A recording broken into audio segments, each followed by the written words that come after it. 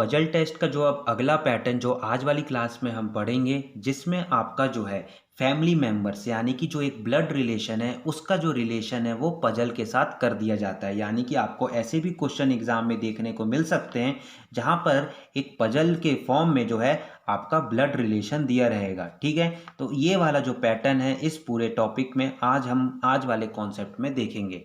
ठीक है, तो इसमें देखिए जहां हमने पिछले वाले क्लास में पढ़ा था कि जो आपके ये इंग्लिश के जो अल्फ़ाबेट्स हैं वो वहां पर स्टूडेंट्स को रिप्रेजेंट कर रहे थे। आज वाली क्लास में ये इंग्लिश के जितने भी अल्फ़ाबेट्स, कोई भी क्वेश्चन में कोई सा भी अल्फ़ाबेट होगा वो जो है आपके फैमिली के मेंबर्स को रिप्रेजेंट करेगा।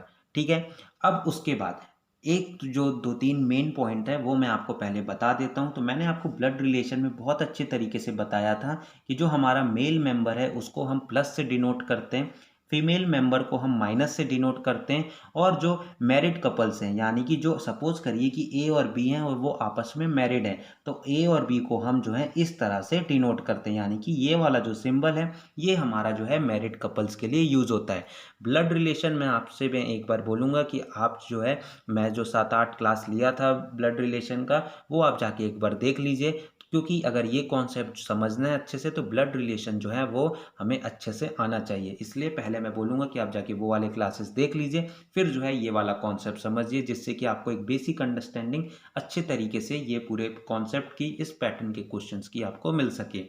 तो सबसे पहले देखिए, इस तरह के क्वेश्चन में आपको जो है फैमिली के मेंबर्स दे दिए जाते हैं अल्फ़ाबेट्स के फॉर्म में, और फिर जो है ये बताया जाता है कि वो मैरिड हैं कि नहीं है, उनकी कितने बच्चे हैं, ये वो। और फिर उसके बाद जो है इन सभी जो मेंबर्स हैं इन सभी के प्रोफेशन भी दिए रहते हैं। ठीक है, तो हमें जो है ये पूरा पहेली को, इस पूरे कहानी को समझना है, फिर उसके आधार पर जो है 3-4 जितने भी 5-6 क्वेश्चन दिए रहते हैं वो हमें जो है सॉल्व करना है। तो सबसे पहले देखिए दूसरे पॉइंट पर आते हैं। दूसरा पॉइंट जो है यहाँ पर, a teacher is married to the doctor who is mother of C and F। यानी कि जो पहला जो दूसरा पॉइंट है कि जो ई है वो एक बेसिकली टीचर है, उसका जो है ई का प्रोफेशन दिया हुआ है आपको, और जिसकी जो शादी हुई है वो डॉक्टर से हुई है। और डॉक्टर, लेकिन यहाँ पर देखिए डॉक्टर का जो रिप्रेजेंटेशन जो मेंबर है उसका जो है यहाँ पर नहीं दिया है, लेकिन ये आगे दिया हुआ है कि जो ई के जो माता हैं वो सी, मतलब कि सी और एफ की जो माता है वो ई है। ठीक है, यानी कि सी और एफ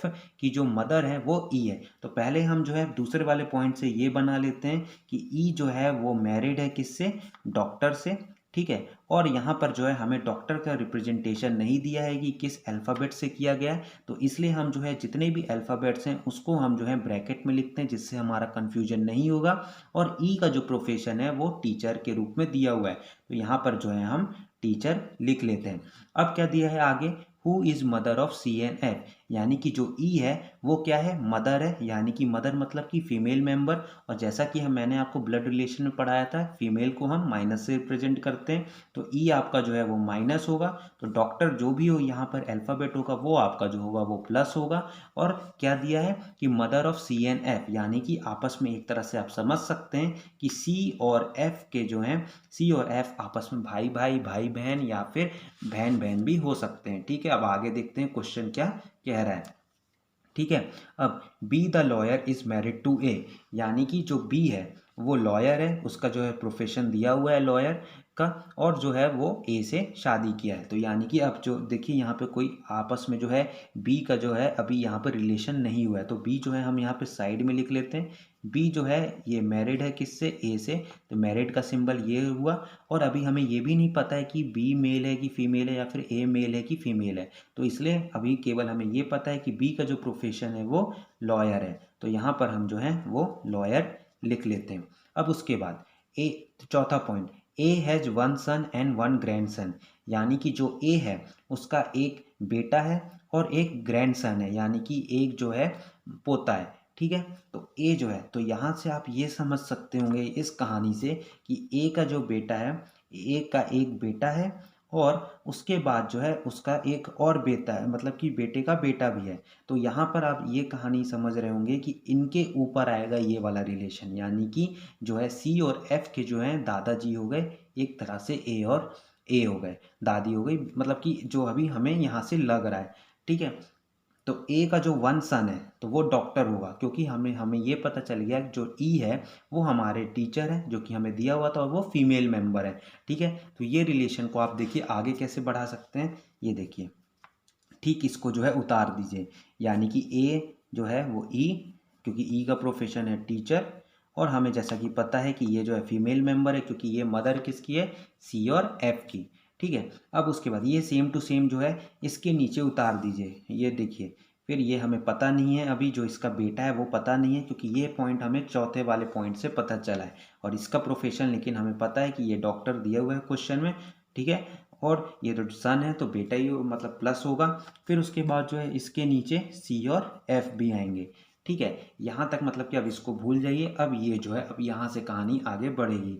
ठीक है, जैसा कि मैंने आपको बताया था कि ब्लड रिलेशन में, अगर आपने मेरे वीडियोस देखे होंगे तो मैंने आपको हमेशा बताया कि ब्लड रिलेशन में जो है हमेशा 3 जनरेशन की बात होती है, या मैक्स टू मैक्स जो है 4 जनरेशन की ही बात होती है। तो 1 2 3 यहाँ पर कंप्लीट हो रहे हैं। ठीक है, देखिए चौथा वाला point, A has one son and one grandson, यानी कि ए का एक बेटा है जो कि डॉक्टर है, जो अभी हमारा रिप्रेजेंटेशन नहीं पता कि इस अल्फ़ाबेट से हो रहा है, और इसका जो है एक ग्रैंडसन है। तो सी और एफ में से भी हमें नहीं पता कि कौन जो है वो मेल मेंबर है। उसके बाद पांचवा point, of the two married lady one is a house wife, यानी कि जो of the two married ladies, यानी कि जो 2 मैरिड लेडीज़ हैं, 2 शादीशुदा लेडीज़ हैं, उसमें से एक जो है हाउस वाइफ है। तो पहला तो हमें पता था कि ये जो ई है, जो ये मैरिड है, ये मैरिड वाला सिंबल बना दे रहा, जो यहाँ से हमने लिया, जो ई है वो हमारी फीमेल मेंबर है, जिसका प्रोफेशन हमें क्वेश्चन में दिया था कि टीचर है। अब बी देखिए ये लॉयर है, बी जो है वो लॉयर है।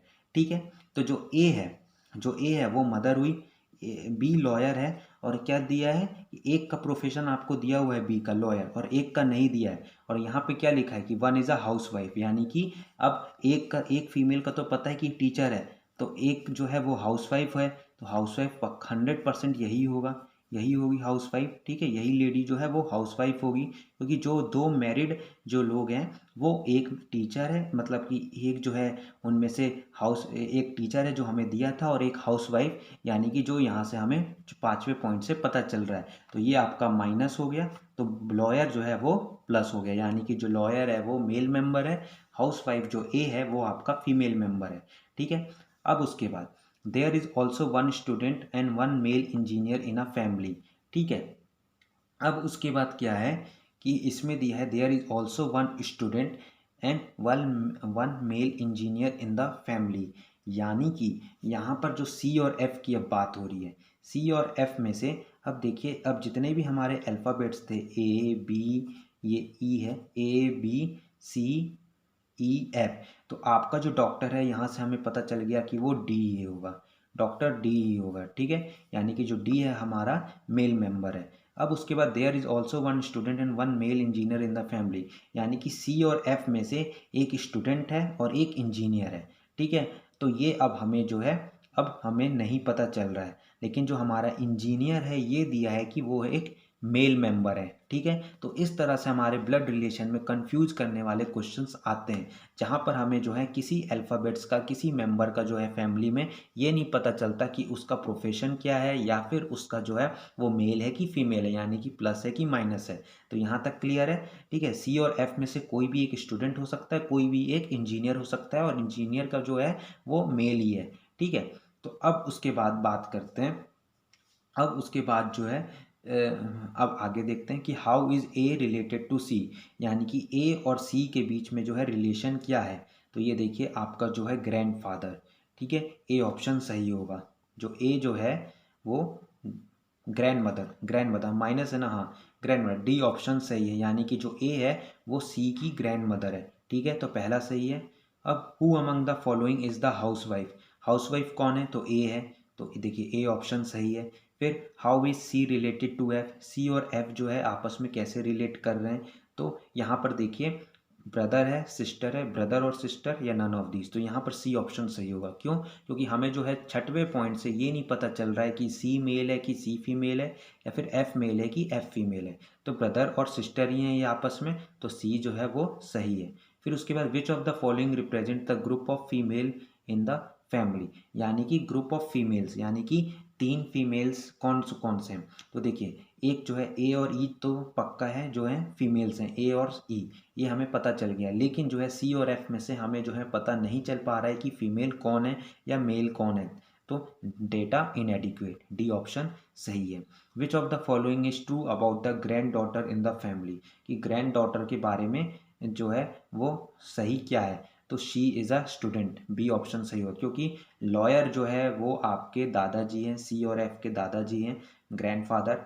फिर उसके बाद सी इज़ अ स्टूडेंट ही बचता है, क्योंकि अगर एक ग्रैंड डॉटर होगा, क्योंकि जो छठवां पॉइंट है वहाँ पर दिखा है कि लिखा है कि एक जो इंजीनियर है वो मेल मेंबर है, तो जो दूसरा बच गया वो एक स्टूडेंट ही होगा, जो कि यहाँ पे लिखा हुआ है। इंजीनियर हो नहीं सकता, ठीक है, इंजीनियर नहीं हो सकता, और नन ऑफ दिस, तो नन ऑफ दिस तो नहीं, तो बी ऑप्शन जो है वो सही है, क्योंकि इंजीनियर जो है वो आपका सन है, क्योंकि वो मेल लिखा हुआ है, ग्रैंड सन, तो बी ऑप्शन सही है। तो मिला जुला के आप देख रहे हैं कि जिस तरह से हमें जो पहेली दे दी जाती है, उस पहेली के आधार पर हमें जो है क्वेश्चन सॉल्व करना रहता है। ब्लड रिलेशन टॉपिक आपका मजबूत होना चाहिए, तभी आपको जो है ये वाला जो कॉन्सेप्ट है वो समझ में आएगा। जहाँ पर जो है कभी कभार जो है जो हमको क्वेश्चन में जो डेटा गिवन रहते हैं, जो कंडीशन गिवन रहते हैं, ज़रूरी नहीं है कि हमेशा जो 100% कंडीशन गिवन रहे।